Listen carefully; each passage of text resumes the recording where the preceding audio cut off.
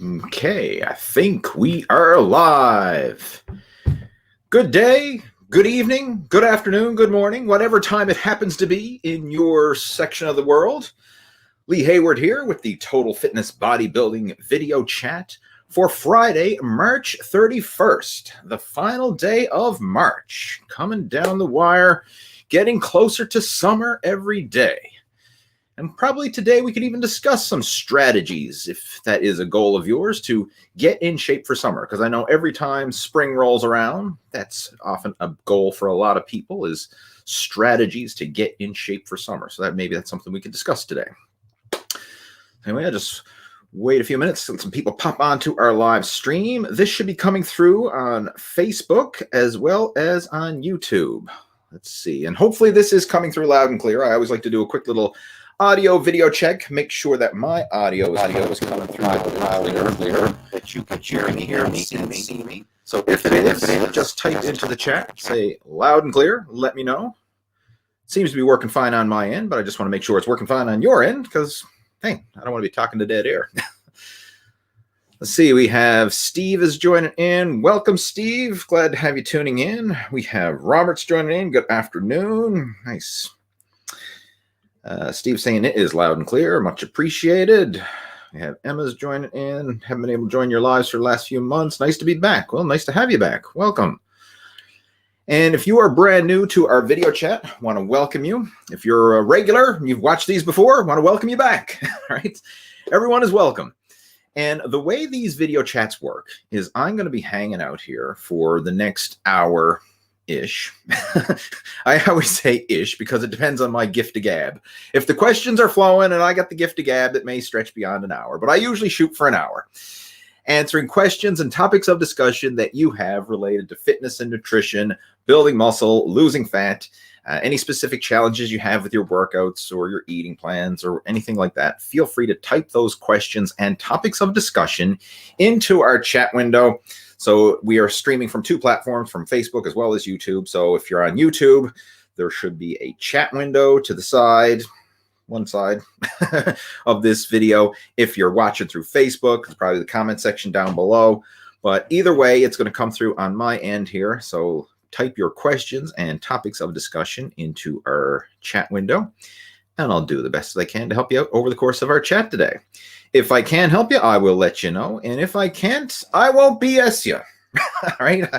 I have no qualms in saying that I don't know something, and I don't claim to be a know-it-all. Right. So I mean, even though I've been doing fitness and nutrition and coaching and all that for a long time, I don't claim to have all the answers. So if I can help you, then by all means, I'll do my best to do so. And if not, then I'll try and point you in the right direction to somebody who can help you. I have a big network in the fitness industry, and very often I can point people in the right direction if needed. All right. So I have myself a piping hot cup of green tea. So this is technically a Tea with Lee video chat. See the top dad mug. Oh, still a bit hot. But when I have a Tea with Lee video chat, i.e. a piping hot mug of tea, that's my timer, right? When the tea runs out, the chat ends. so that's a very scientific, all right? It's not an hourglass. It's but same principle. When the tea runs out of the mug, the chat ends, and we're going to clue it up. All right, let us jump into our video chat. Let us see. We have Jose joining in. Jose is a regular. Recognize the name. We have Dario joining in, and he's a regular as well. He has a question. Not necessarily a fitness-related question. Well, I guess it could be, depending on how you want to spin it. Any advice for dealing with a breakup? I'm not a relationship expert. Don't claim to be. But advice. Exercise. And I kind of talked about this in some of my past video chats before, is anytime you go through a breakup, that's a stressful time. One of the best ways to deal with stress is to exercise. It's one of the best forms of stress relief there is. And that is my go-to form of stress relief whenever I'm feeling stressed. Now, I haven't dealt with a breakup for quite a long time. My wife and I, we've been together for well over 20 years. We met in 1999 and we're still together and happily married. So I haven't dealt with the specifics of that. So I'm not the best person to ask about, about breakup relationship advice, right? It's been a long time since I've had to go through that. But I would suggest, as far as stress relief goes, exercise is one. Focusing on keeping that consistent in your routine, and that will go a long way into helping you deal with the other challenges that come along with it. So that's, again, I'm not going to dive into it because I really am not the guy to ask about that. But right, I would just focus on trying to take care of yourself the best as you can and move on. Spend time with your friends, with your family. Like, don't wallow in self-pity if possible. I mean, I know we all have to go through a little bit sometimes in that, but try and get out there and just have fun with friends and family and everybody else. And don't be too quick to bounce back into another relationship to kind of make up for it or whatever. Like, just enjoy the moment, right? Everything happens for a reason and a purpose. And I'm willing to bet that later on down the road, this is probably going to prove to be a blessing in disguise. Because I operate from that mindset. Everything happens for a reason and a purpose. So if you were in a relationship and it ended for whatever reason, maybe that's opening up the door for a better relationship, for something other, for another opportunity. Like, I'll give you another analogy from a different realm. A lot of times I see people losing their job, right? For whatever reason, they get laid off, the economy changes, pandemics happen, whatever. Somebody loses their job. And in the moment, it feels like the most devastating thing. But then maybe 6 months or a year later or something like that, it opened up the door for something else. Like, it created the void that allowed something else to enter their life, something better. And very often you'll see these things happen where the opportunity became available, and then somebody took advantage of that opportunity and maybe created their own business, or maybe, created an opportunity to have an advancement or a career change or something very powerful that, in the greater scheme of things, when you zoom out and look at the big picture, it was actually a blessing in disguise, but in the moment felt devastating. So that's kind of a advice we can use in the case of dealing with a breakup or dealing with any other setback. Look at it from the frame of everything's happening for a reason and a purpose. Even though we can't probably see it at this stage of the life and this stage of the game, if you operate from that perspective and just be open to what the universe is going to put in your way and put in your path, if you will, it might open up an opportunity that you didn't see coming. So I wouldn't look at it as a negative, even though in the moment I know it does feel that way. All right, moving on. Steve, hormones are effed. How can I fix it? Will TRT make me dependent? All right. That's a very broad question. All right. Hormones are effed, right? So, I mean, if imagine going in and getting your blood work and all the doctor said afterwards, dude, your hormones are effed, right? Like, you really need to speak to a specialist about that. Like, I'm not a doctor. I'm not a hormone replacement specialist. So I don't know what you mean by hormones are effed. What hormones? I'm assuming you're meaning testosterone. Most guys, when they talk about hormones, it could be testosterone, but if there's other things, it could be testosterone. It could be a growth hormone. It could be other metabolic hormones. It could be insulin. I mean, who knows? There's a lot of hormones in the body. There's thousands of hormones going on in the body. So who knows what you're referring to. But if you are in looking for options, then you definitely need to speak to a specialist, right? Talk to someone who specializes in hormone replacement therapy, see what your options are, get your blood work done, and just see what can be done. And I will say this, just from personal experience and from coaching people who are utilizing hormone replacement therapy and things like that, it's not a one-size-fits-all cookie-cutter approach. It's not like, hey, you're going to take this and everything's going to be great. And it's not like snap your fingers and wonderful. It's not like a quick fix solution. A lot of people look to it as a quick fix solution and think that this is the Band-Aid that's going to solve it all. It's not. It opens up a whole other can of worms, right? I'm just being honest. It's because you have to do a lot of trial and error experimentation with a hormone replacement specialist if you do go that route, to get things dialed in. I mean, sometimes the hormones are too low. Then sometimes when they go supplementing with hormones, they can go too high. And sometimes if you start increasing one hormone, it can cause a counterbalance and increase other hormones, and you just need to balance it out. I know one of my coaching students, we actually did a video and he was talking about this, and I'll just say it. Mike Brown's his name, and we did a video together. He's featured as a Muscle After 40 success story, and Mike was totally open and transparent about this in our video together, and I really appreciate him for that. But in the video, he was saying that he was going to a hormone replacement therapy specialist and working together, and they ended up, his hormone levels got too high, and then they had to scale back the dosages that he was taking. And in the process of when testosterone levels got too high, it also increased these estradiol levels, and then they had to incorporate anti-estrogen medication. So it's a lot of back and forth. But finally, they got it to the point where the dosages are now optimized for him, much lower, and they were also able to scale back on the anti-estrogen medication that he was using as well. So like they, over several months, they fine-tuned it and got it dialed in for him. But in that initial phase, he was going through ups and downs to try and get it dialed in. And that is a challenge, because there's problems with having too high a level of hormones, like too high testosterone, just as there is having too low, right? You don't want it too high, you don't want it too low. And because that creates a whole slew of other problems, from blood pressure issues to water retention issues. Like most of the side effects of that people refer to, especially in the the performance enhancing drug world and stuff like that, most of the side effects are because it's way too high and it's in that danger zone. But if you can optimize it in that healthy range, you can maximize the benefits and minimize the side effects and actually have it very beneficial. But that needs to be done through a doctor and specialist supervision. It's not something you want to try and go out there and gamble on your own and just do a crapshoot like unfortunately most people do, and then really effing up their hormones.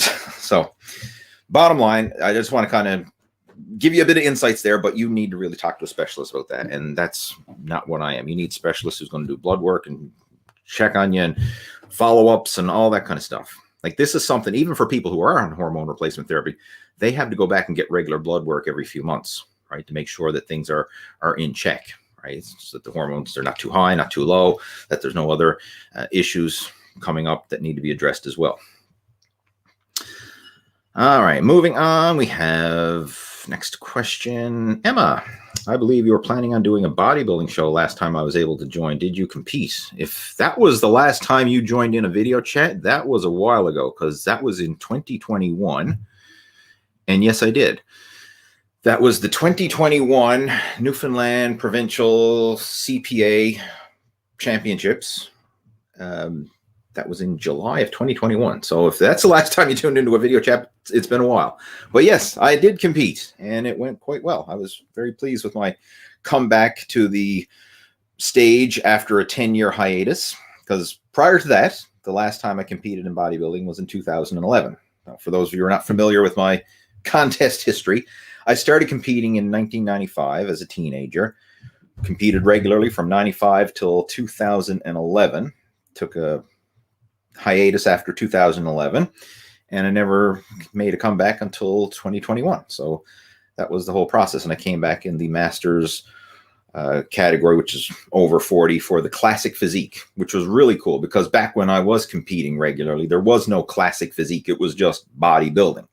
And now we have all these different categories. We've got bodybuilding and physique and classic physique, and then there's other federations that have different categories, from fitness models to whatever. But it's evolved, the sport of bodybuilding / physique, whatever you want to call it, because it's bodybuilding is just one division.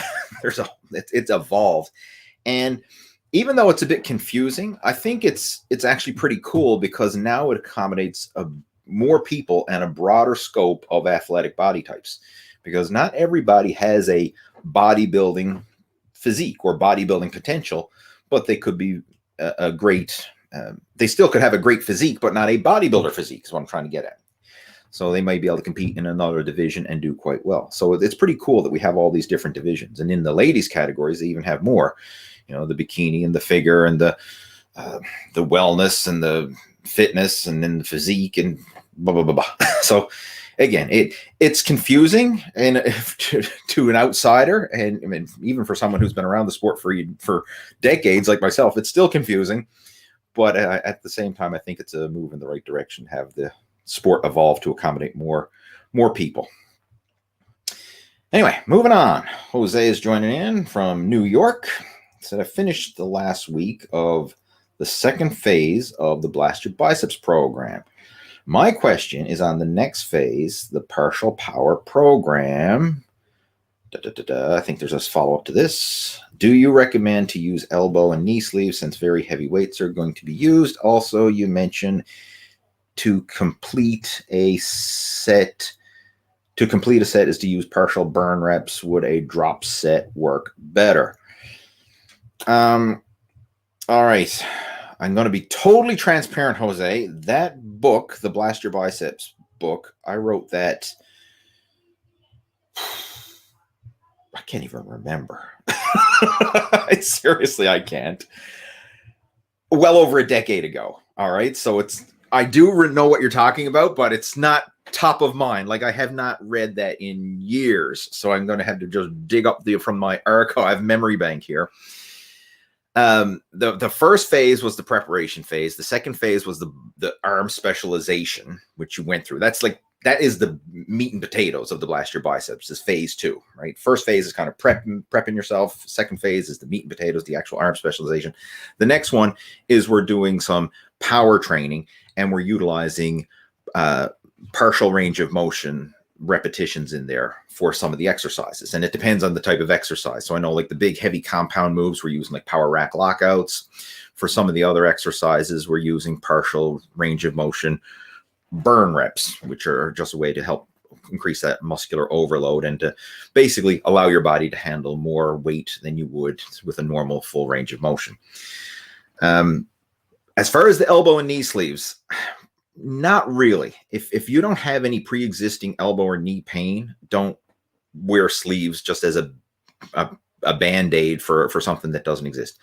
I rarely wear any crutches, if you will, with my workouts. Like, I at the stage I'm at now, which it's different because I'm not powerlifting anymore and things like that, but I do not wear elbow wraps. I do not wear knee wraps. I rarely ever wear a weightlifting belt because I'm usually not lifting heavy enough to make it worthwhile.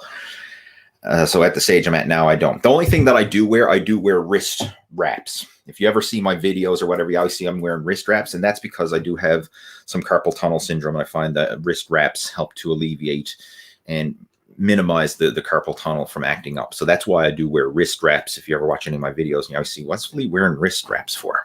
Not straps, wraps, right? There's a difference. That's the only crutch that I use with my workouts, and that's because I have carpal tunnel syndrome. But as far as the elbow and knee sleeves, I don't wear them. But with that being said, if you do have any elbow or knee pain or tendonitis, then they do have their place. I mean, they may allow you to work around injury and to keep yourself active if you do have it. So use your own discretion is what I'm saying here. I mean, it's not required, and don't think, oh, I'm going to be lifting heavier weight, I automatically got to start wrapping things up. No. Right? You're going to increase the weights gradually and progressively, and you should be able to handle it. And there's less, it's not the same stress, like using a partial range of motion, even though your body is physically lifting heavier weight, it's not the same stress on the joints, tendons, and ligaments as when you're doing a full range of motion with that weight. So it's a great way to kind of bridge the gap to get your body used to lifting heavier weight in a safer manner. Anyway. What else was the other question there? Do you and also you mentioned to complete a set is to use partial burn reps. Would a drop set work better? No, I would stick to the partial reps because that allows you to keep the weight high, and that's the whole purpose of that phase. It's more of a power phase. If you're doing drop sets, the weight is reducing, whereas the partial reps, it's increasing your time under tension with the heavier weight. So that's the idea behind that. Now, with that being said, drop sets still work. I mean, there's still a time and a place for drop sets, but the idea behind that phase is to kind of increase your strength and to handle heavier weight and get your body used to handling heavier loads. So that's the idea behind the partial reps. Again, if you do have any questions about that, Jose, feel free to email me, right? I got my email address down below this video in the description, or you can Facebook message me. I mean, to refresh my memory, I can go and review the program specifically. Because again, honestly, I haven't looked at that in years. I haven't reread that book, if you will, or reviewed it in years. So I'm just digging up from what's buried deep in the archive there. All right, moving on. Robert is joining in. When using a Smith machine, do you count the weight of the bar? If I'm not sure if I asked the right question. Yes, anytime you're lifting, you count the weight of the bar, the sled, the whatever that you're lifting. Sometimes it will be listed on the machine itself. And Smith machines, it's like a gray area because it depends on the Smith machine.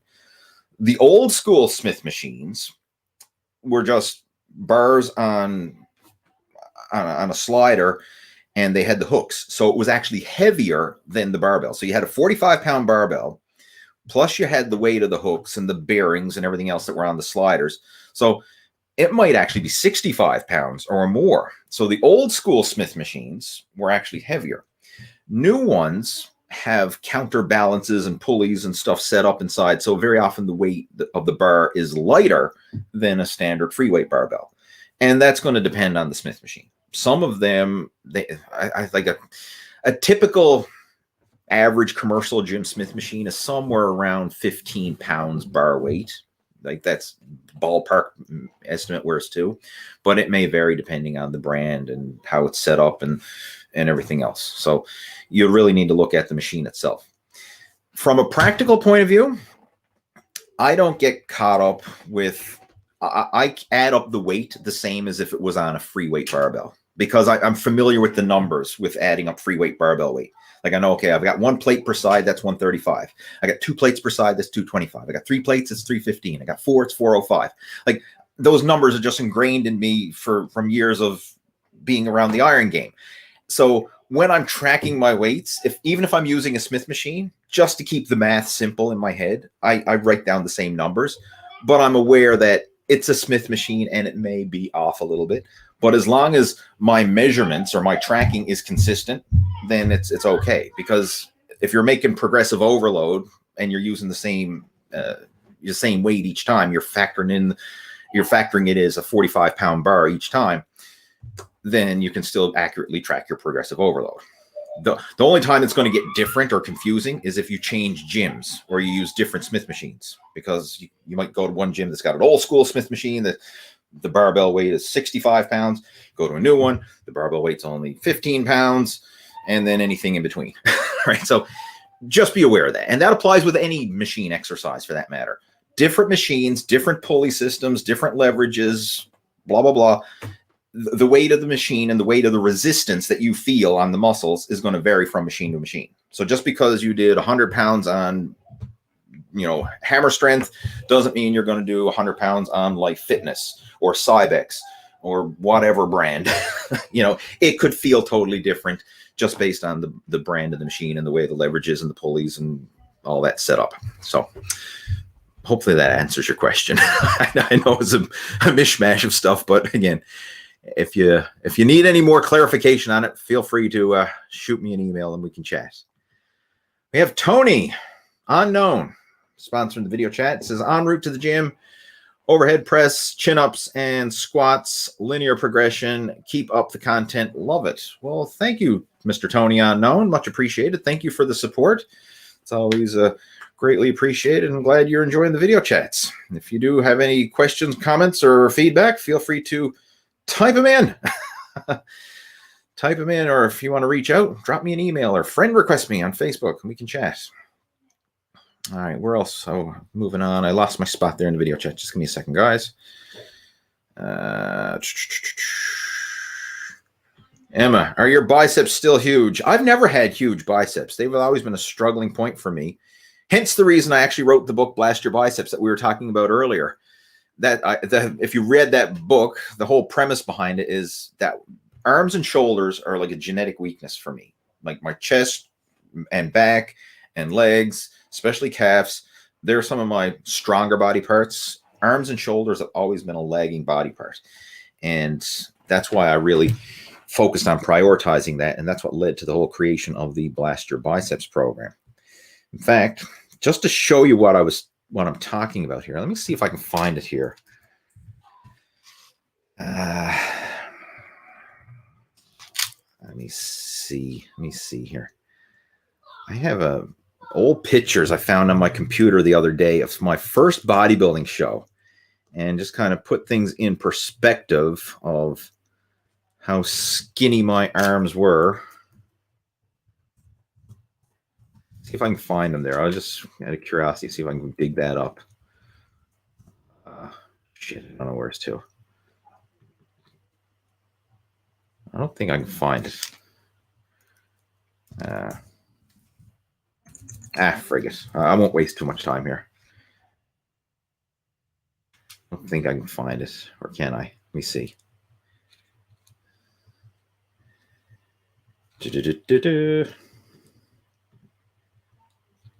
Oh, here we go. I'm going to play. What the hell? I'm going to play this.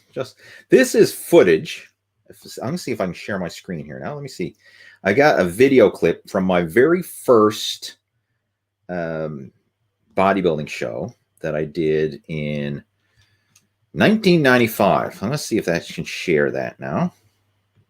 Is that coming through on the screen? Can you see that? Hopefully you can. Let me see if I can play that. Where am I to? There I am. Here I am in the end in the black trunks. 17 years old. Yeah. Let me see. Just fast forward. There I am. There. Okay. There I'm going to do. We'll get Lee Hayward at 17 years old back in the 1995 Newfoundland Championships. All full of piss and vinegar.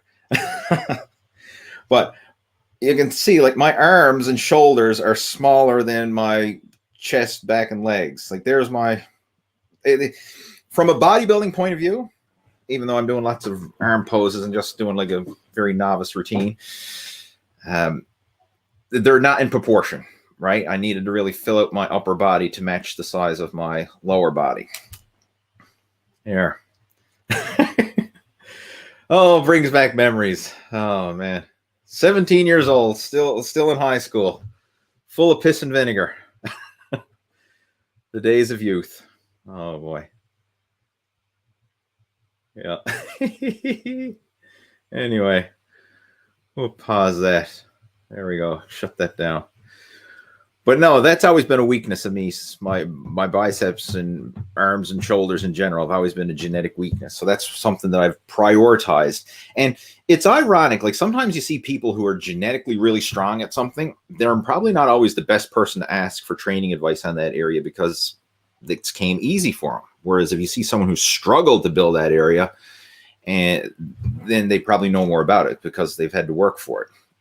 Like in the case of calf training, I'm not the best person to ask about calf training because I've never had to work to build big calves. It's just like I rarely ever train calves and they're still big. But arms, it's like regardless of how much training I've done, they're still not big, right? And my focus now has changed totally. I mean, I'm not training for size anymore. It's but still moving on. Who else we got there? Levin Way. Lee, I just had surgery for my tonsil removal 2 weeks ago. My doctor says 8 weeks, but I feel 100% and want to get back on in my routine. What do you think? All right. I've had my tonsils removed back when I was a kid. So that was way before my workout days. But just from what I know about tonsil removal and what I went through as a kid, because I can remember it was pretty, even though I was very young, it was a significant, event in my life and had an impact. What your doctor is worried about, even though you feel fine, the fact that you had the surgery, if you strain it, it could easily tear open and bleed, right? That's what he's afraid of. Like, so, I mean, obviously you're on a restricted diet, like eating all kinds of soft mush, like no hard food, no sharp, crunchy food or something like that. Like everything you're eating now is probably just soft, mushy food that's going to be easy to digest and easy on your throat and all that. And that's what the doctor is afraid of, is that if you strain yourself, you could cause that, the operation they had for the tonsils to be removed to bleed. And that's going to be the biggest risk. So as far as exercise is concerned, low intensity stuff like walking, low impact cardio, low intensity cardio. Like I would not do anything where you are straining, whether it's high intensity lifting or even high intensity cardio for that matter. Just go through the motions and keep yourself active. And I mean, will it take a full 8 weeks? Maybe not. Maybe that's being a bit on the conservative side, but I would much rather be on the conservative side than risk busting something up and bleeding and then having some serious complications from that. So that's what he's afraid of. Even though you feel fine, you're feeling fine because everything is patched up. But you go out there and, you throw 300 pounds on your back and try to do a set of squats, and the next thing you know, you're straining and right, you tear open that operation where it's just freshly healed over, and then you could cause some serious impact in complications. So that's what the doctor's afraid of in that case. So I would listen to your doctor. Right? What else we got? Jason Nolan's joining in. Hello, Jason. Welcome to the chat. We have Jose. Back, another question. On the power rack bench lockouts, the elbows doesn't have to be closer to the body in order to prevent damage to the shoulder because of the short range of motion. It won't injure the shoulder. Thanks. I'm not sure if that's a question or a statement. Doesn't the elbows doesn't have to be close.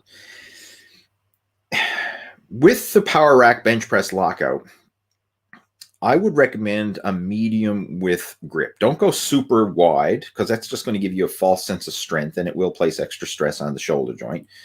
Super narrow, I mean, there's nothing wrong with going narrow, but it's more of a tricep work. And for that matter, the lockout in general is going to be more triceps, but I usually go with a medium width grip, just outside shoulder width. For me, that's usually pinky fingers on the ring of the barbell, like a standard Olympic gym barbell, pinky fingers on the ring. That's a medium width grip for me. The widest legal grip you're allowed to use in bench pressing and competition is index finger on the ring. And for most people, that would be a wide grip, index finger on the ring. Pinky finger on the ring would be medium. Anything closer than that would be close. So for the lockout, I usually go pinky finger on the ring or even closer. I don't usually go super wide because it kind of gives you a false sense of strength. And it also reduces the range of motion even more. So, but that's something you can experiment with. Basically, find what works the best for you, where you find the strongest power curve and the most comfort, right? That's what we're looking for. And if this is a new exercise for you, then obviously err on the conservative side and use a medium width grip and go from there. And you can even experiment. Like for your first few workouts, it's okay to do multiple sets to just get used to the exercise. Like, hey, try a medium width grip, do a set with there and see how it feels. Maybe try a couple inches closer, do a set there, see how that feels, and vary it up. Just experiment for the first workout. Just do multiple sets and even try some different grips and see which one feels the best for you in terms of which one is the best leverage, which one gives you the most muscle activation and the less strain on the joints, if you will. So it feels most comfortable. And I just know from personal experience, pinky fingers on the ring is where I go to. That's a medium width grip. So you want to find that for you. Let's see what else we got. YT joining in. Does cardio increase the appetite? Yep. It certainly does. If you do more cardio, you are burning more calories and it is increasing your appetite. It says trying to lose weight and reduce the appetite. This is a fine line, and I'm actually glad you brought this up.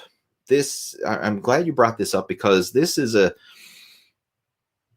opens up a bag of worms here now, and we're going to do that. So again, the key question is cardio, does it increase your appetite? And the answer is yes, it absolutely does increase your appetite.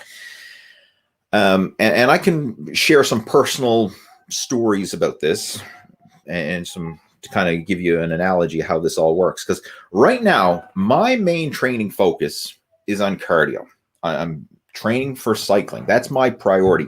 And in fact, my workouts, cycling training is priority number one. Weight training is there to supplement my cardio. Whereas in the past, when I was involved with bodybuilding, it was reversed. I did weight training to build muscle and increase strength when I was in power, like bodybuilding and powerlifting were my main focuses. And that was my sport. And then the cardio was just added in as a supplement to burn body fat. Now I'm doing the complete opposite. Cardio is my main focus. Weight training is in as a supplement to keep my body strong and healthy and injury-free to perform on the bike and cycling. And I'm actually training for a bicycle race that's coming up in May. So that's one that I did last year. I'm planning on doing it again. So that's my goal right now, is training for a bicycle race. So I'm doing mostly cardio. And the more cardio you do, you burn a ton of calories doing cardio, especially if you're doing long duration cardio. So you will find that your appetite increases.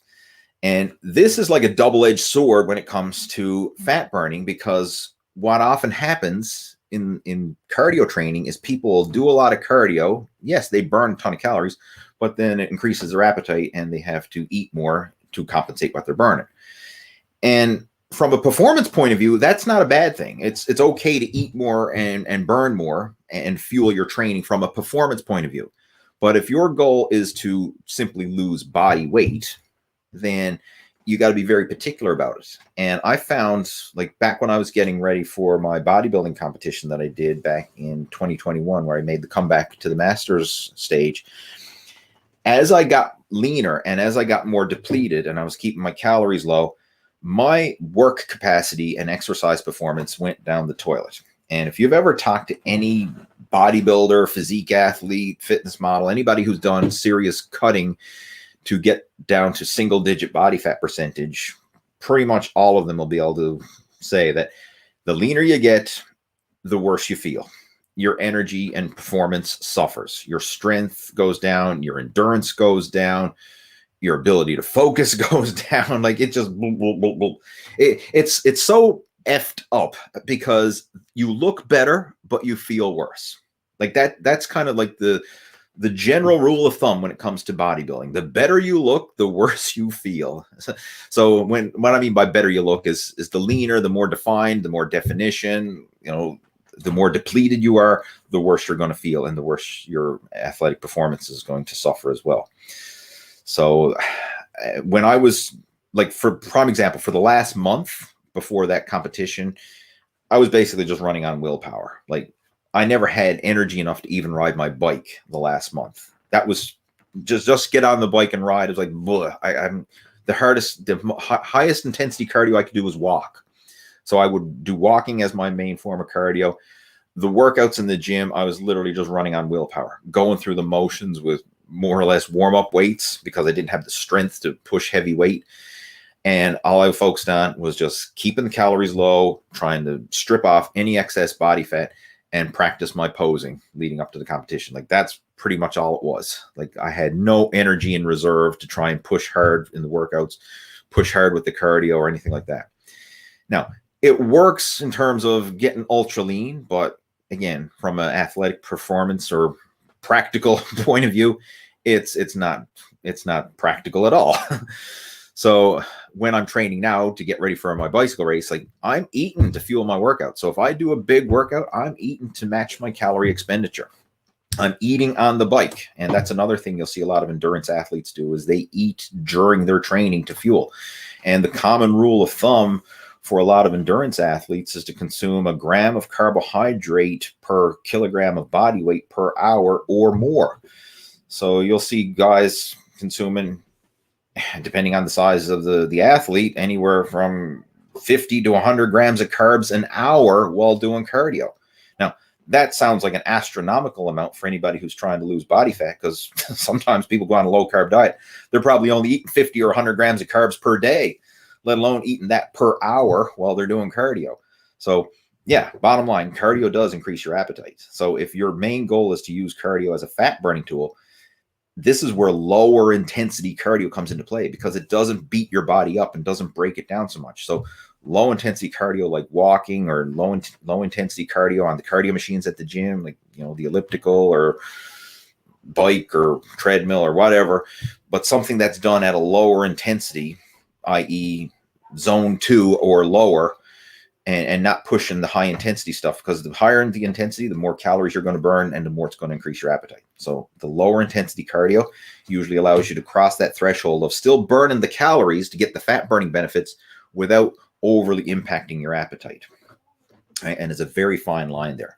And in some cases, bodybuilders will even not do cardio and just diet harder because of the fact that cardio does increase the appetite. Now, in my case personally, I like to incorporate the cardio in there for just the health benefits of it, and I find it's also helpful in a way because if I'm out doing cardio, then I'm not home looking in the fridge thinking about food. So it gives me something else to do to get myself out of the house and away from the kitchen.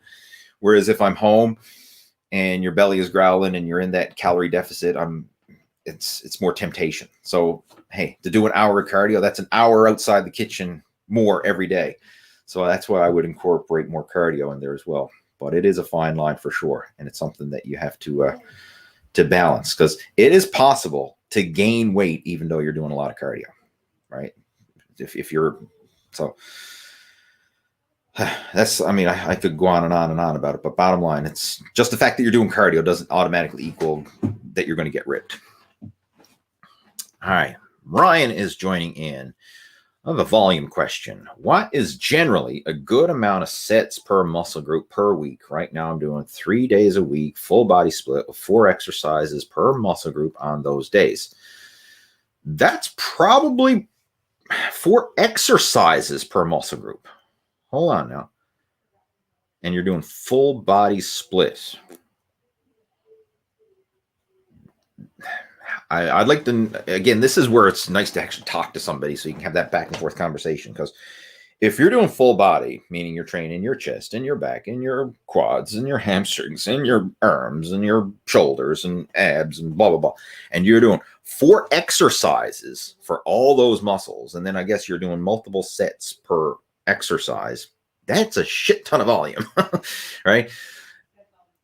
I do total body workouts myself, and I usually limit myself to maybe 1 exercise per muscle group. I mean, it varies. Sometimes it'll be a couple exercises or whatever, but generally speaking, I'll do a chest exercise, a back exercise, a leg exercise, an arm exercise, a shoulder exercise, whatever. Like I'll do 1 major exercise per muscle group, and then I change it up. So like Monday, I'll do these exercises, 1 exercise per muscle group.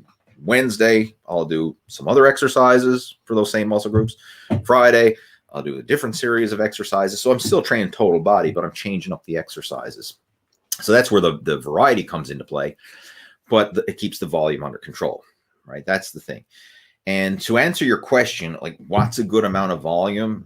It depends. It depends on your fitness level. It depends on your schedule. It depends on your goals, like what it is you're trying to achieve. For most people, I recommend keeping your workouts in that hour to an hour and a half max time frame. That's usually normal for most people. I mean, if you're going beyond that, that's kind of pushing into the really high volume range. And for me, I usually, when I go to the gym, it's usually a 90-minute session, and that includes warm up, that includes the weight training, and that includes stretching and mobility work at the end. So the actual weight training portion is usually about 60 minutes max. So I will get my weight training done within 60 minutes. And again, as far as the volume is concerned, I'm usually doing 1 exercise per muscle group, 3 to 4 sets per exercise to kind of, but again, that's for me. Someone else may want to do way less than that. So it really depends on the individual, their fitness level, their work capacity. You know, you can't paint everybody with the same brush and say, hey, everybody does X amount of volume, right? It depends on the individual. What may be overtraining for one person could be undertraining for another, and vice versa, right? I mean, if I had a 20-something-year-old who's looking to bulk up and is an athlete and is very high level of fitness and high work capacity, the training that I would recommend for that person is going to be totally different than an overweight office worker who hasn't gotten off the couch in 20 years. You know, so it depends, right? There's not a one-size-fits-all answer for everybody, and that's where having a coach and a customized program can really come into play. But anyway, hopefully that sheds some light and you can decipher it. And again, if you want to clarify it with me, feel free to reach out. Like you can send me an email or send me a message through Facebook, or even book in for a strategy session call and we can chat about it. All right, Mike is joining in. Said I tried doing 3 full body workouts. over the week, but found I wasn't recovered and was weaker in the last session. I think upper, lower, 2 times per week might be the way to go. That's interesting, and I'm going to just share some insights on that. You've tried it over the week, and you found you got weaker. Now, that's not necessarily a bad thing, because we don't always get stronger in a linear fashion, right? It's not like, okay, I work out one day, I'm stronger the next. I work out one day, I'm stronger the next. And it's a boop, boop, boop, boop, boop, boop. It's not always a linear fashion. Very often what happens is in your training, you can create a lot of stress and demands and overload your body and actually push the limits of overtraining. A lot of the fitness coaches in the strength and conditioning world call it overreaching, because there's a difference between overreaching and overtraining. So you can actually overreach where you're pushing the limits of your body's recovery abilities, but this is creating the response to build up those recovery abilities even stronger. So in the short term, your strength and your work capacity may actually suffer, but then it creates that rebound where now it creates the response where your body's actually going to increase its energy and its recovery capabilities, and you actually come back stronger. So the fact that you changed your workouts and you got weaker the first week doesn't mean that it's wrong. I mean, that could actually prove to be productive if you follow through with it, because then over the several weeks, you may build up your strength and energy and your recovery capabilities and your work capacity so that you can handle those workouts. So, but with that being said, if you don't enjoy what you're doing and you enjoy doing the 2 times a week upper lower body split, then hey, that's fine as well. The most important thing we got to look at when it comes to designing a workout program is, what are you going to do consistently, right? Like, we could have the best scientifically planned out, customized program with everything laid out, set for set, exercise for exercise, blah, blah, blah, everything laid out. If you don't follow it consistently, then what's the point? Whereas we could have a simple, basic beginner's program. If you follow that consistently and train in a progressive overload fashion, the basic program done consistently is going to outproduce the most complex, scientific, customized program that's done inconsistently. So you got to look at it that way. What are you actually going to do consistently, day in, day out, week in, week out, blah, blah, blah, blah, right? What are you actually going to follow through with? If you're going to do anything, you're one of these people like, I don't care, I'll do whatever it takes, right? Then we can look into optimizing it. But most people, normal people, are not like that. They need something that can be done consistently, especially as you get older and you got other responsibilities. Like if you're a working professional, you got a family, you got responsibilities, you got a lot of things pulling at your schedule for time. And, it's not, hey, I'm going to do whatever it takes, because very often that's not possible. It's, hey, what can I physically fit into my schedule and do consistently? That's what's going to make or break your progress. And what do you enjoy doing? That's another big one. Right? If you don't enjoy what it is you're doing, then you're probably not going to stick to it very long. But, with that being said, if you want to go back to your upper lower body split, there's nothing wrong with it. But just the fact that you've seen a slight decline in your strength doesn't necessarily mean that is a bad thing, because that slight decline could just be stressing your body, creating new pathways so that you're actually going to come back stronger.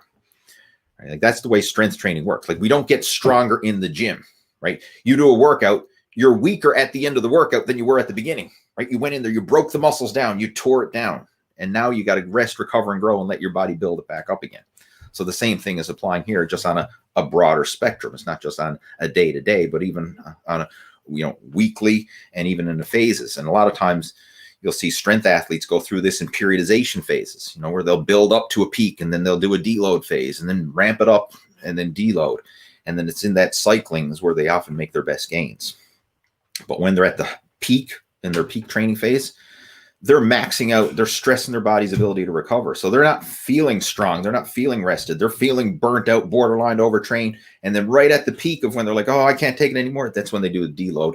And then in that deload phase is where you get the super compensation and your body actually makes faster gains. Anyway, moving on. Right? I could make a full video off just a single question sometimes, but just for the benefit of everybody joining in, we'll move on. Low T and high estrogen. I think that's what he means. So Steve was a guy who had the effed up hormones. Yeah, by all means, talk to a hormone replacement specialist and see what your options are. Jason saying, still you got car. I know what he's asking because I know Jason. He's asking if I still have my race car. No, I actually sold my race car last summer. I sold my race car because I just simply wasn't racing anymore. So I do not have my race car because we raced in Targa, Newfoundland, which is a road rally race. But no, my racing days are behind me now. I've moved on. Well, not car racing. Now I'm into cycling racing. So I'm into another form of racing where I'm the motor. Right? Much more enjoyable for me, and much more health conscious form of racing. Let's see what else we got there. We have Lee Dunnigan, a regular to our video chats. Says, do you have any tips for tennis elbow? I've had it for 6 months. Despite rest and physio, I can't seem to get rid of it. I think we've talked about this before. I mean, obviously you can go in on my YouTube channel and search for Lee Hayward tennis elbow. I've got a bunch of videos there covering some different rehab exercises and that. The big one with this is you got to avoid straining the elbow in the first place. So whatever it is that you're doing to cause that irritation in the tendons and ligaments, you got to avoid straining. And that can be hard. I mean, sometimes it may take a big deload in your training. It might take avoiding certain exercises. You got to see what it is that is causing that pain to begin with. I'll just give you an analogy. I mean, like, let's say arm specialization work, like bicep curls or tricep extensions or specific arm exercises is what's causing tennis elbow pain the most. You may have to go a phase for several weeks where you don't even train your arms. You know, you just do other exercises and let the arms get some secondary stimulation, you know, from your presses and rows that you do for chest and back and shoulders. If it's a certain exercise that you're doing, like maybe deadlifts just cause terrible pain, you know, with your elbow tendonitis, and maybe you had to avoid doing deadlifts for a while.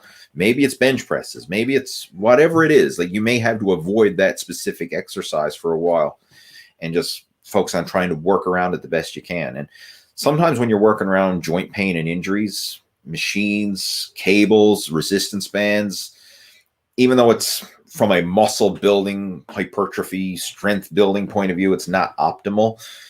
It may allow you to work around that injury. And that's what you need. You need to take a different approach. Instead of thinking like, oh, I got to get bigger, I got to get stronger, I got to set a new PR, whatever. I got to get healthy. I got to let my joints heal up. Even if I get weaker, you know, even if I lose a little bit of muscle, lose a little bit of strength, I got to let this fix itself, heal itself.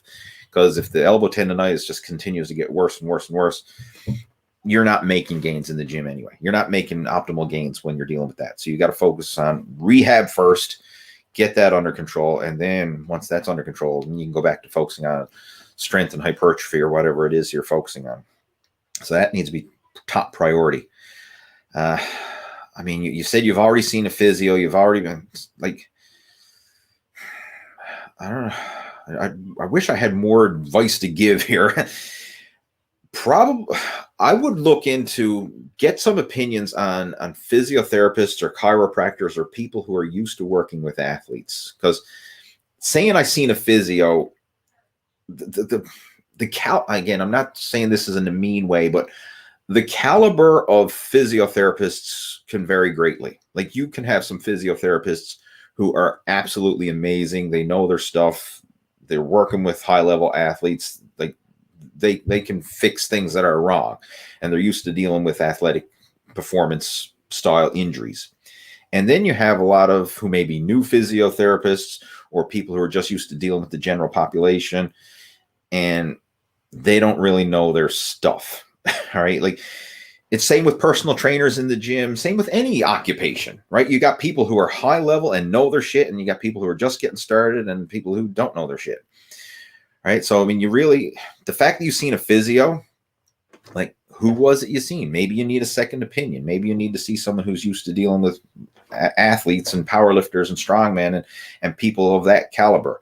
And it's not as easy to find those people with that education and training and stuff, but it'd be worth asking around. So, I mean, in your local area, Ask around at the local gyms, maybe post up on your social media and just in your network and see if you can find some people who are at that caliber, and hopefully you can get some help in the area that you need.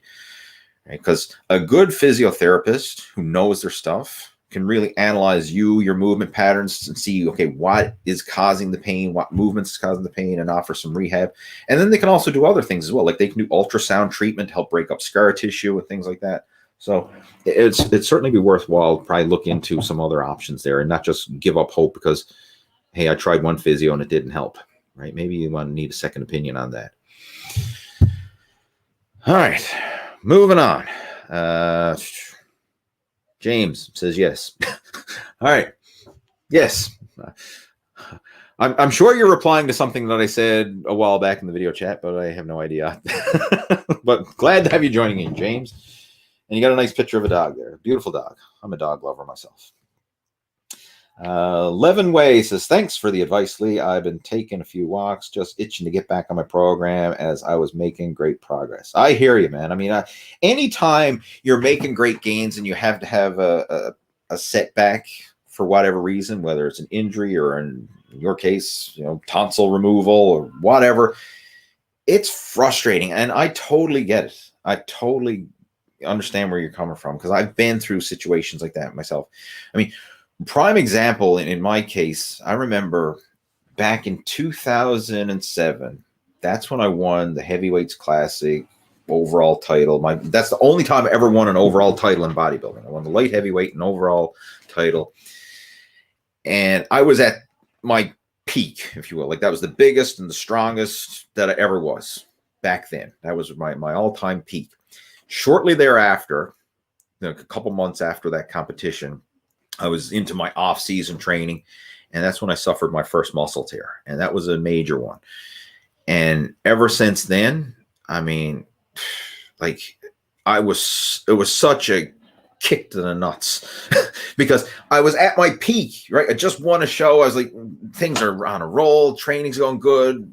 I was strong. I was at my peak, blah, blah, blah. And then injury.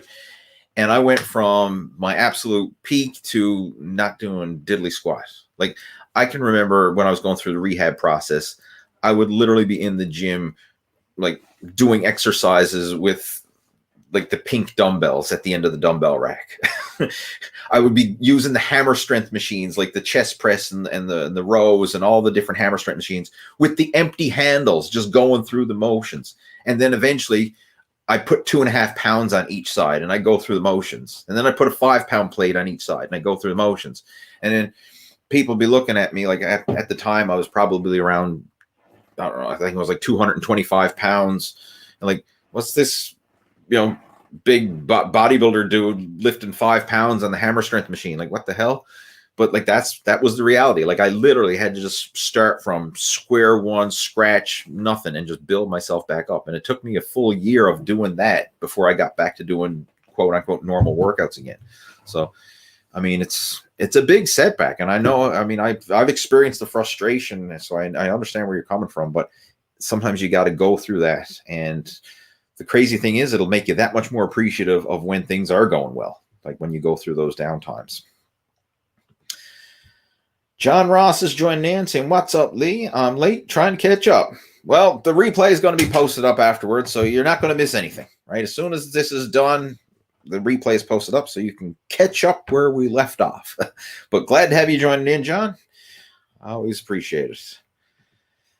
Thanks for the answer. This is from Jose. The question on the bench locks was actually the position of the elbows in order to prevent shoulder injury. Gotcha. With the bench press lockout, you're not, let me explain that the best I can. With a bench press lockout, you're already in the top range of motion. So your elbows are not going to be quite as tucked to the sides as they would be in the bottom range of motion. So if you look at the path of your elbows when you're doing a bench press, in the bottom, your elbows are tucked to the sides. Let me move your question there so you can see what I'm doing here. Your upper arm is tucked at a 45-degree angle to your torso in the bottom of the bench press. As you press it up, your elbows are going to flare out a little bit at the top, right, as your arms come up towards lockout. So when you're in that top range of motion, they're not going to be quite as tucked down at that 45-degree angle. They're kind of going to be somewhere in the middle, but you still don't want them flared out to the side. Like, you don't want your elbows out in no man's land. They're still going to be tucked down a little bit, but not quite as tucked as if you're doing the full range of motion bench. So that's for Jose there. When you're doing the bench press lockout, it's kind of going to be in the middle, right? So your elbows will be a little bit more flared out than they would be if you're doing the full range of motion, elbows tucked in at the bottom. Okay, what else we got? YT. Are you worried about diabetes if you're eating 500 grams of carbs a day to fuel performance? No, not actually. Because, I mean, first off, if you're burning those calories, you're utilizing them. It's not like you've got all that excess glucose floating around in your system because it's being burned off, right? There's a difference between sitting down, watching Netflix and binge eating on gummy bears and ice cream and potato chips than someone who's out training 5 hours a day on the bike and burning off those calories.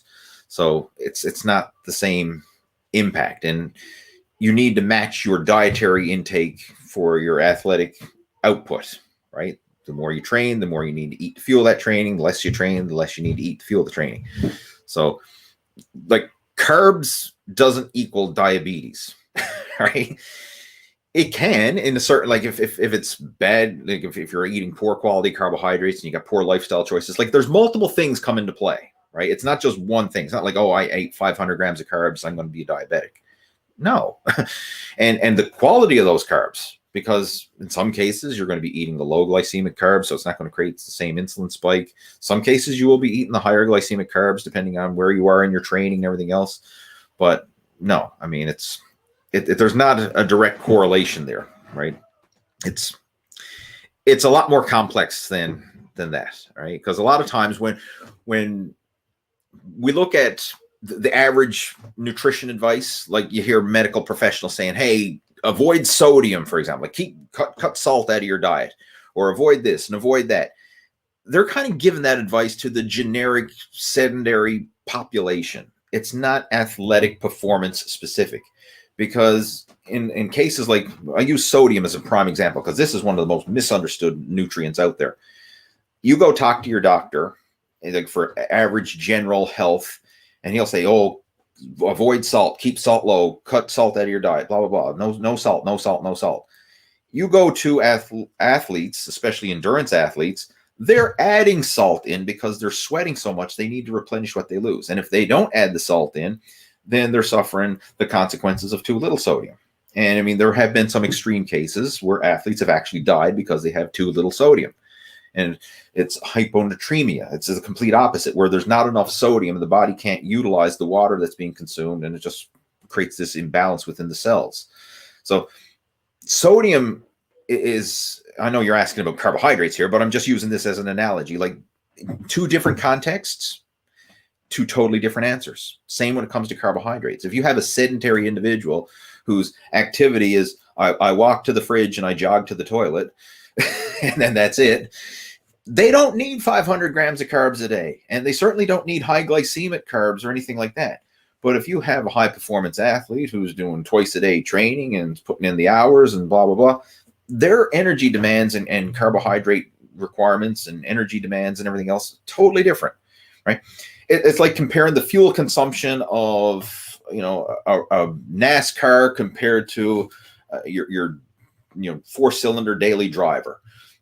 Like, two totally different scenarios, two totally different applications. Like, one's using high octane race fuel and guzzling it down, the other burning diddly squat. Like, you can't compare. It's apples and oranges, two totally different scenarios. What else we got there? Leslie is joining in. What are your thoughts on using creatine? Do you use it? Yes, I do. I use creatine on a regular basis, and I have been since creatine came out. I remember the first time I used creatine was back in, I believe it was 1994, if I'm not mistaken. Somewhere around there. It was early 90s, I remember. And to put things in perspective,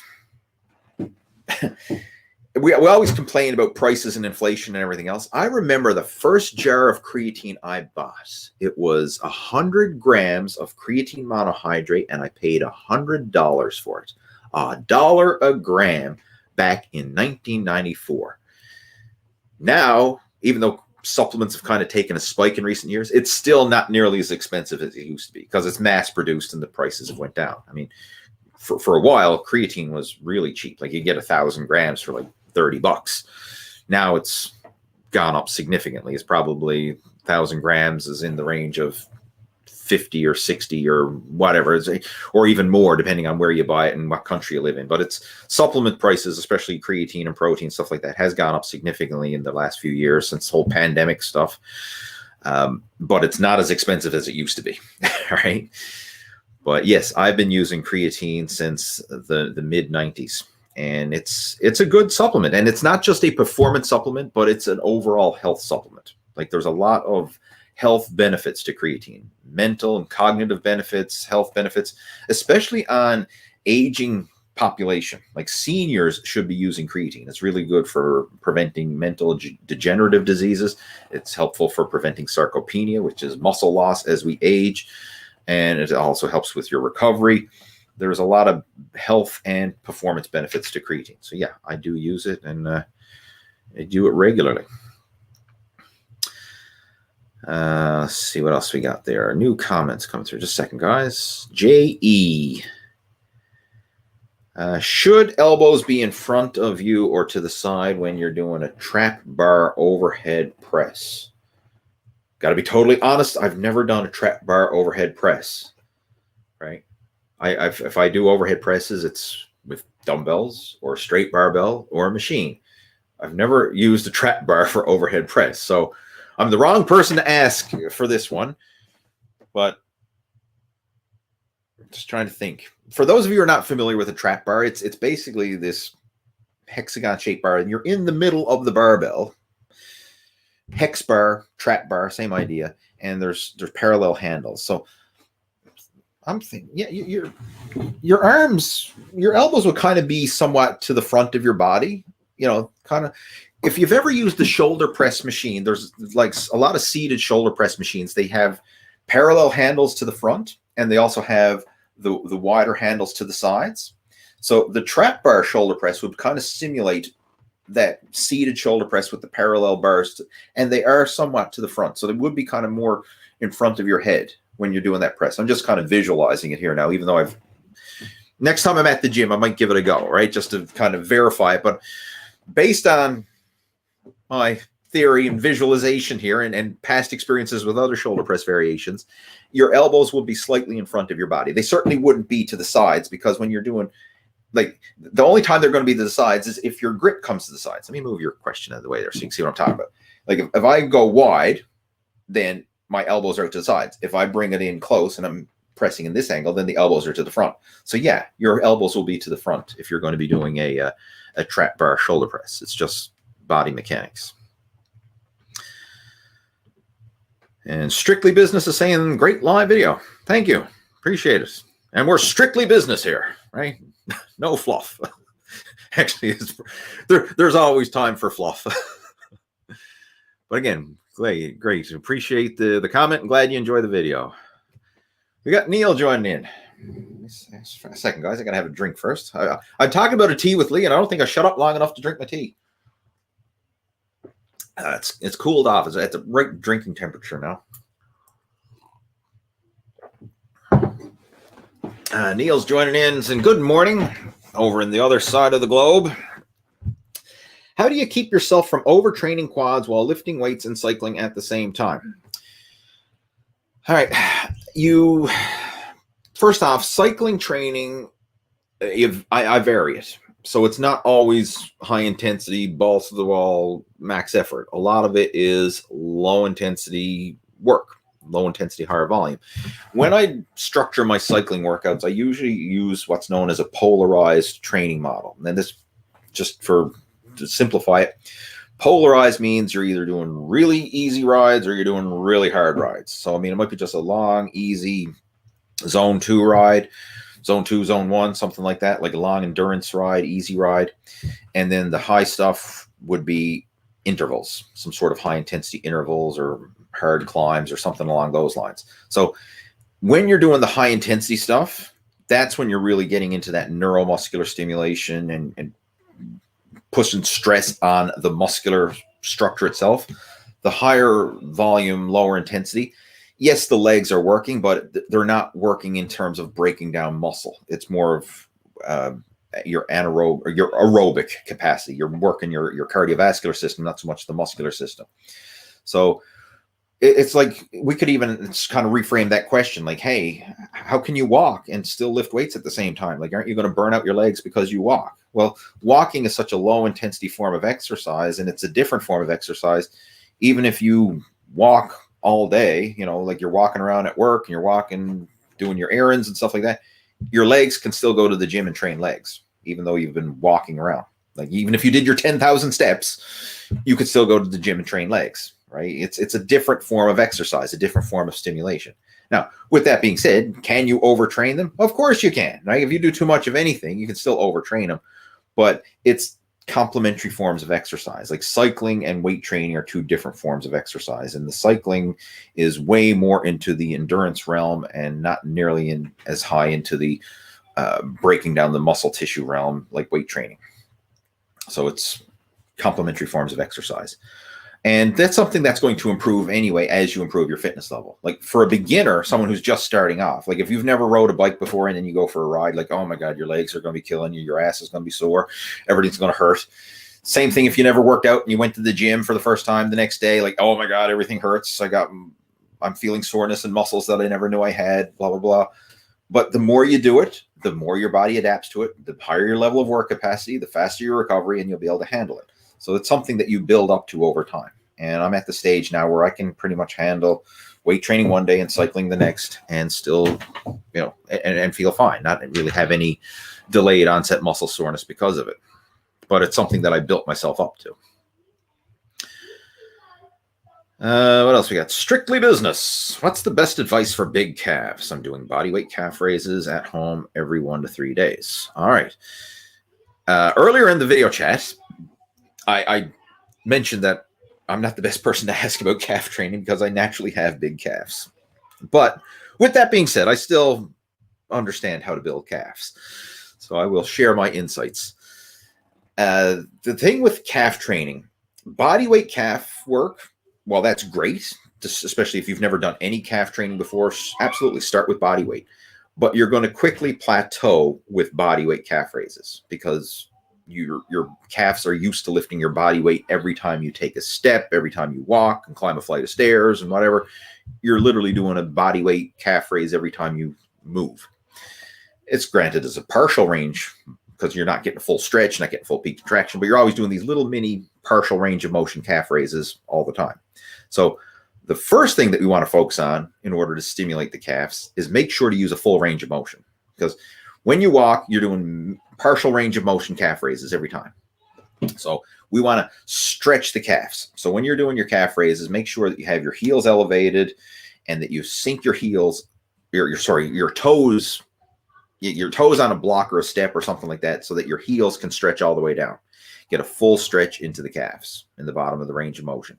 Then you want to come all the way up onto your tippy toes, up onto the balls of your feet, get a full peak contraction.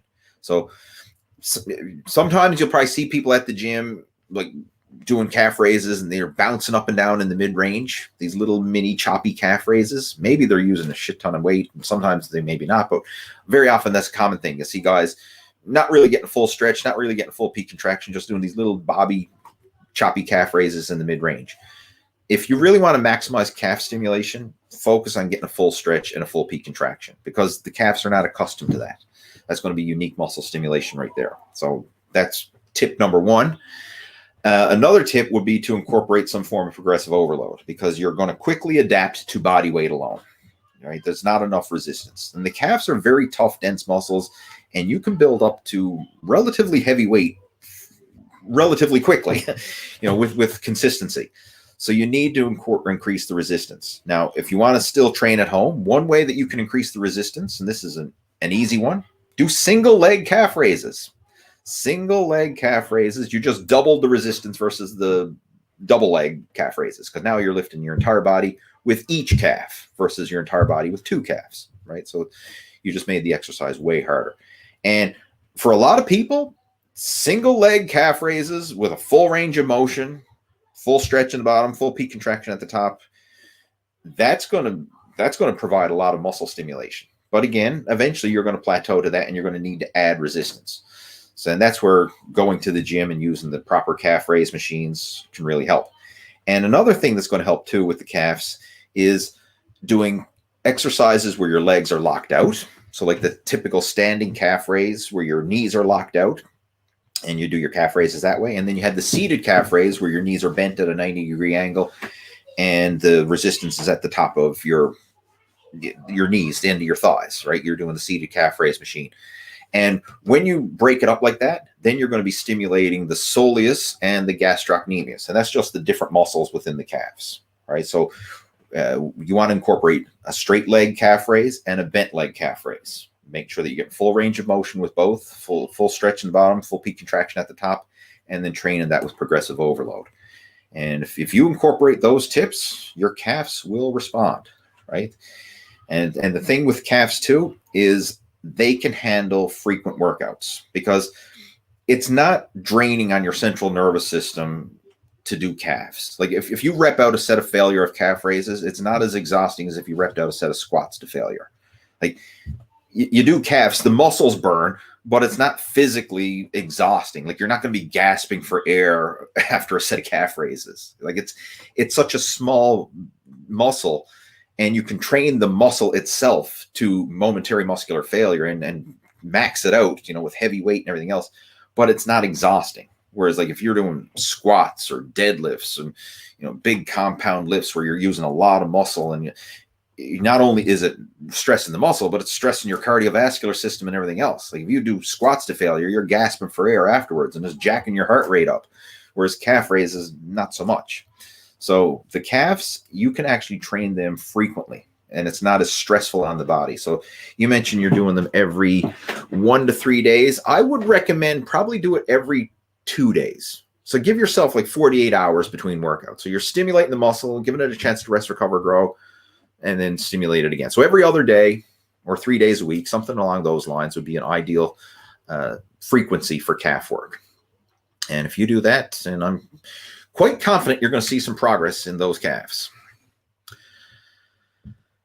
Ryan's joining in.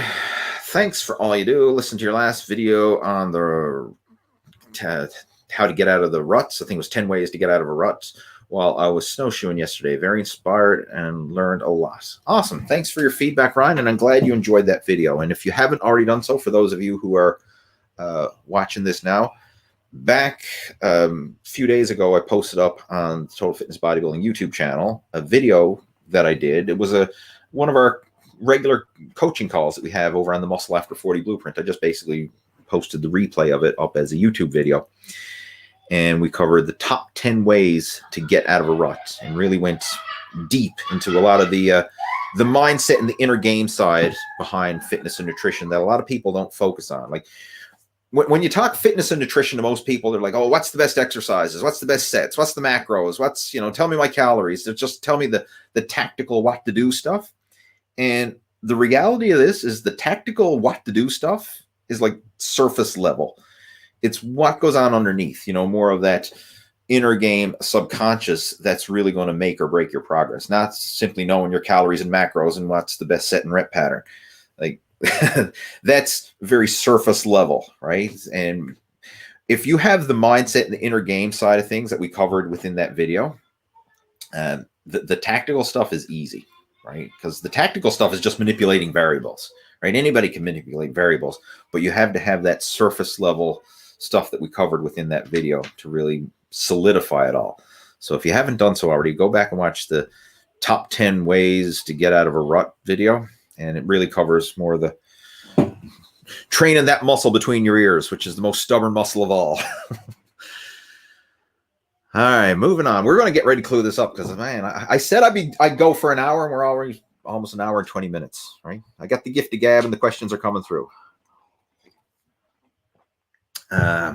Abdulwi Salad. I know I just butchered your name, but we're going to call you Abduli Salad. I was wondering, I'm trying to lose weight. I went to the gym twice now, and my body is sore. So can I still work out today with DOMS, delayed onset muscle soreness? And any advice with calories? All right. I'm 110 kilograms, and I want to lose weight and build muscle. So is it better to lose weight first, or can you gain muscle at the same time? All right. Where do I go with this? You've been to the gym twice and your body is sore. Okay, that's normal. All right. Anytime you do something you're not used to, it's a total shock to your system, right? So your body is like, what the heck? You did all these exercises and stuff. So it's normal to feel sore initially. And you're going through the phase right now where most people quit because they go to the gym and that's, oh, this hurts. This is sore. I don't like this. Blah, screw that. And they never get past that initial hump. So you have to persist past this initial hump, right? This initial phase of soreness. When you get the most soreness is when you're brand new to fitness. Right at the stage you're at now, this is when you're getting the most soreness. So you have to persist past it. After a month of training, you're going to go into the gym and you're going to do, like, you could do the exact same workout that you did and you probably won't feel any soreness at all. But you have to get yourself to that level of conditioning. And it's amazing how fast your body can adapt. Like even within a month, right? You could be at a totally different level of fitness and work capacity and everything else within a month if you just persist. Now, as far as consistency and all that, excuse me, I would recommend 3 workouts a week, every other day, something along those lines. So work out one day, take the next day off, work out one day, take the next day off. Do it in that fashion so you're providing your body enough time to rest and recover between workouts. And when you're in the gym, don't overcomplicate it. Like just go through the motions, lift within your means. Like you don't need to strain yourself or train to exhaustion, try to train to failure or any of that stuff. Like just show up and go through the motions. Make a habit of showing up to the gym. And then as you feel stronger, like if you do an exercise, you know, that was easy. I think I can do more. Well, okay, do a little more. Add 5 pounds to the weight stack, or add 5 pounds to the barbell, or whatever you're doing. And just gradually build it up week by week like that. Don't make it any more complicated. Just show up consistently and then gradually let your strength and fitness level improve organically. Like you don't need to force it. It's going to improve. Same like if somebody's trying to start walking or doing some cardio for the first time. When you just start, like you don't need to purposely time your workouts and everything else. Like if you just went for a walk every day, you're gradually going to eventually start walking faster and longer as your work capacity increases. It's just going to happen naturally. Eventually that you will hit a plateau and then you have to get in more structured training beyond that. But in the beginner phase, don't overcomplicate it. Just keep it simple, show up to the gym and just go through the motions and let your strength increase naturally. And it's okay to have a little bit of soreness, but you use common sense. Like if something is painfully sore, like where it really, really hurts, like don't do it. But if it's just like, oh, I feel a little dull ache in my muscles, you can probably still work through it. And in fact, doing a light workout would actually help because now you're stretching, you're moving, you're increasing blood flow and circulation. And sometimes light activity is actually the best thing for soreness versus just sitting down and doing nothing. So movement is medicine. Movement's going to increase the blood flow, increase the circulation, and actually help with the, clear out the soreness and help to aid with the recovery process. So yeah, you can still exercise, but just listen to your body. And in the beginning phases, you shouldn't be pushing yourself to failure anyway. Just go through the motions. You want to lose weight, you're 110 kilos, and build muscle. Just by going to the gym and exercising and eating better, you're naturally going to lose some body fat and naturally going to build some muscle in the process. But the rate of muscle gain is going to be less than the rate of fat loss. Like that's just the way it is. So your chances are, if you're doing everything right, your body weight is going to come down, but you could still build muscle in the process. Like I'll give you a prime example. Like you could lose 10 kilograms of body weight and gain a kilogram of muscle in the process. Like for a beginner who's just starting out, that's very realistic, right? You might have that 10-to-1 ratio of fat loss to muscle gain, where you lost 10 kilograms of body fat and you gained a kilogram of muscle. Like that's a realistic ratio for someone who's just starting out. And you'll see that. Now, as you get more advanced, it's going to be more challenging to continue losing fat and continue building muscle at the same time. But in the initial phases, it's very likely to do that. And that's what's known as a body recomposition. If you'd like some help with this, I mean, feel free to reach out to me and we can chat about it. Like within the whole Muscle After 40 blueprint, we have a 3-phase system where we go through a metabolic reboot, which is laying the foundation. Then we go through fat loss accelerator phase, which we really prioritize fat loss. And then after that, we go through what's known as our lean gain body recomp, which is the final phase of the program.